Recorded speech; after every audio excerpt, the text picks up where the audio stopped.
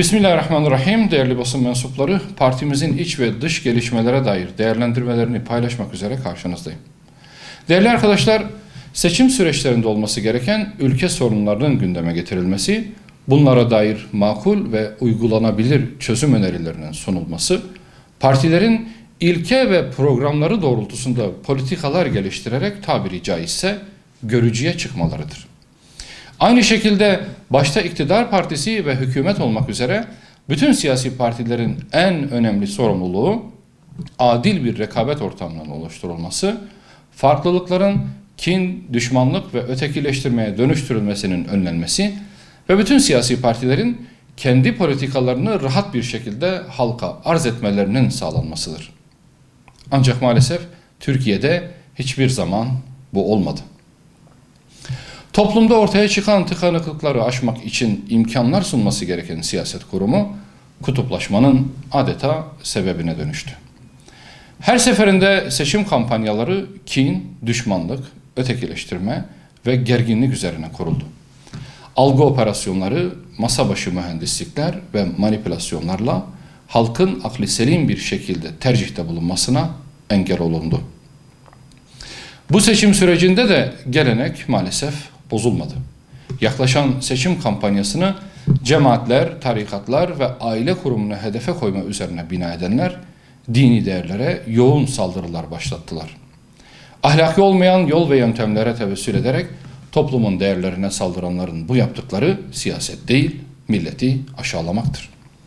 Memleket bir an önce bu siyaset anlayışından ve bu siyasetçi profilinden kurtulmalıdır.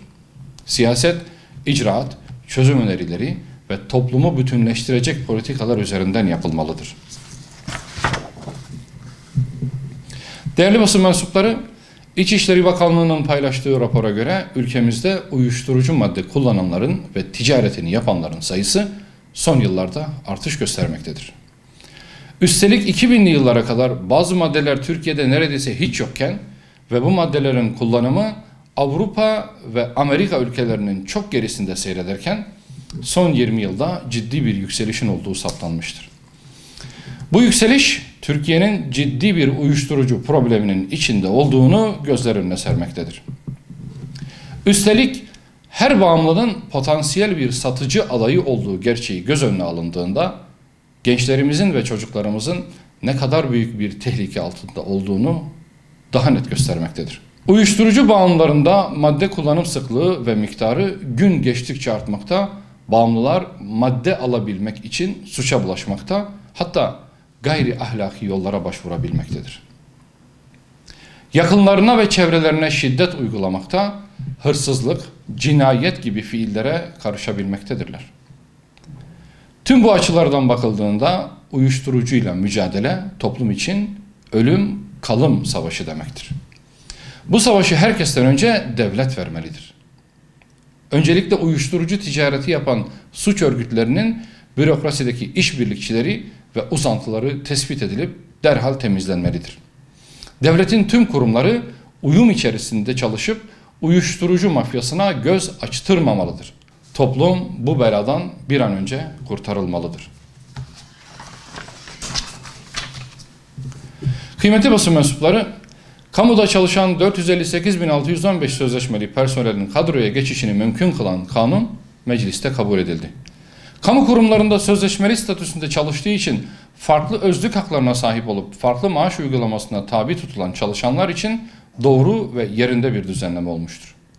Kamuda çalışan tüm çalışanlara iş güvencesi sağlanmalı, iş ve çalışma barışı tesis edilmelidir.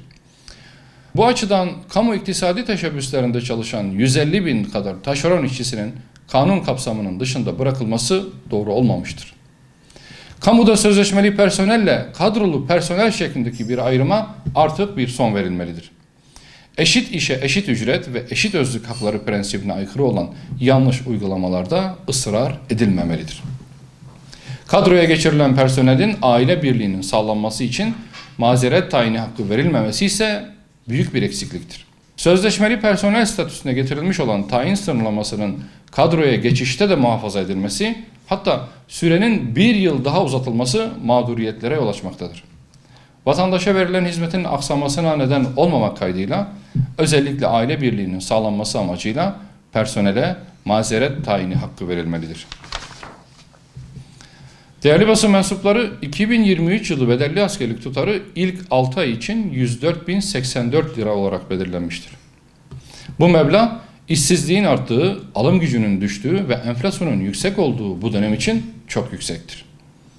Bedelli askerlik için belirlenen tutar makul bir seviyeye çekilmeli, ekonomik şartlardan dolayı zamanında müracaat edemeyen ve bu sebeple yoklama kaçağı, saklı veya bakaya kaldığı için ceza ödemek zorunda kalan gençler için bir af çıkarılmalıdır.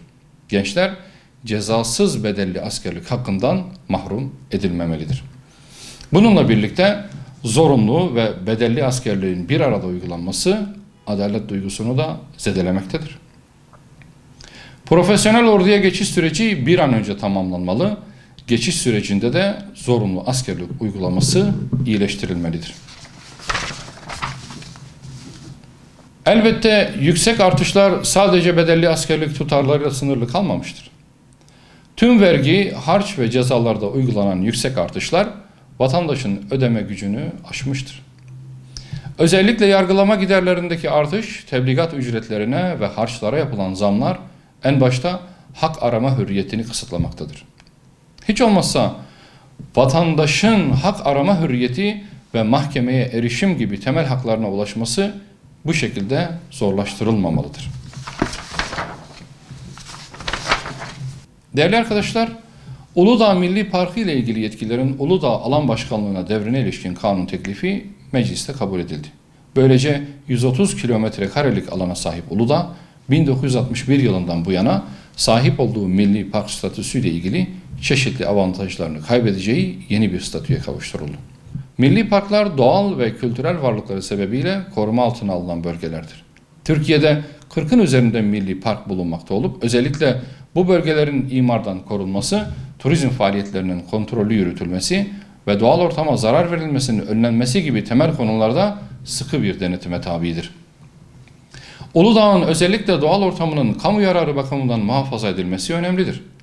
Uludağ Alan Başkanlığı dönemiyle birlikte her türlü plan, proje ve uygulama gibi konularda daha esnek bir politika yürütüleceği, bunun da suistimallere kapı aralayacağı endişesi oluşmuştur. Bu sebeple tabiat varlıklarının korunması konusunda sırf ekonomik amaçlar dolayısıyla taviz verilmemeli ve milli varlıklar turizm gelirlerine kurban edilmemelidir.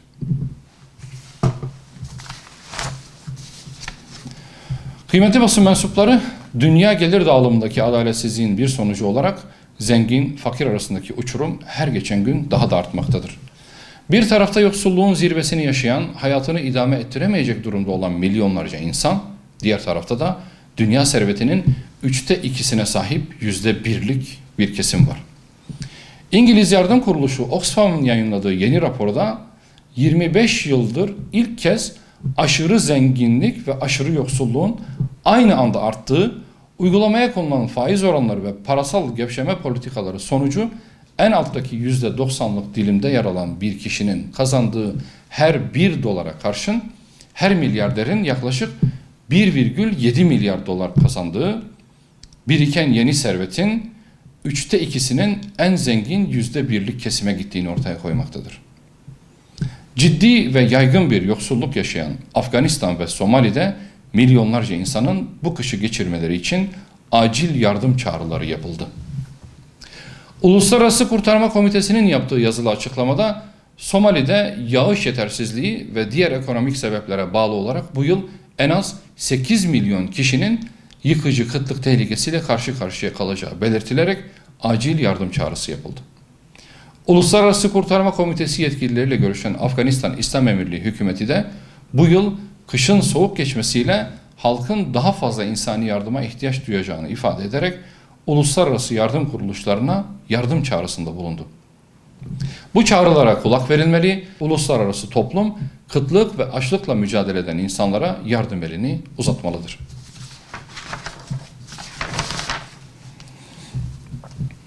Değerli basın mensupları, Birleşmiş Milletler Genel Kurulu'nda Siyonistlerin Filistin topraklarını işgalinin hukuki sonuçları hakkında Uluslararası Adalet Divanı'ndan istişari görüş talep etti. Siyonistler bu yönde bir karar alınmasına tepki gösterdi ve bugün alınan aşağılık bir karar hükümet için bağlayıcı olmayacak diyerek dünyaya küstahça kafa tuttu. İşgalcilerin bu cüretinin sebebi dünyanın gözü önünde işlediği işgal ve katliamlara karşı bugüne kadar herhangi bir yaptırımla karşılaşmamış olmasıdır. Siyonistleri kınamaktan öteye geçemeyen uluslararası kuruluşlar samimi değildir. Siyonist rejimi besleyen, işgali ve şiddeti destekleyenler bugün Filistin topraklarında yaşanan katliamdan birinci derecede sorumludur. Bölge ülkeleri daha da geç olmadan kural tanımaz Siyonistlerle tüm ilişkilerini derhal sonlandırmalıdır. Kıymetli basın mensupları, Birleşmiş Milletler yaptırımlara rağmen aralarında Amerika, Fransa, Hindistan ve Japonya'nın da bulunduğu 13 ülkenin Myanmar ordusuna silah tedarik ettiğini ortaya koydu. Rohingya Müslümanlarına karşı yıllardır soykırım uygulayan, yüzlerce köyü yakan Myanmar ordusu katliamları nedeniyle değil, askeri darbe nedeniyle sözde yaptırımlarla cezalandırılmıştı. Ancak ortaya çıkan son rapora göre bir taraftan kamuoyu önünde Myanmar'a yönelik sözde kınama açıklamaları yapan ülkeler, diğer taraftan bu katil sürüsüne silah tedarik etmektedir. Silah satışı yasağını ihlal eden ülkeler ve şirketlere karşı ivedilikle yaptırım süreci başlatılmalıdır. Dünya, Rohingya Müslümanlarının maruz kaldığı hak ihlallerini gündemine almalı, Bangladeş'te ve diğer ülkelerde zor şartlarda yaşamak zorunda olan yüz binlerce sivile gerekli desteği sağlamalıdır. Evet değerli basın mensupları arkadaşlar, benim paylaşacaklarım bunlar. Hepinize hayırlı günler dilerim.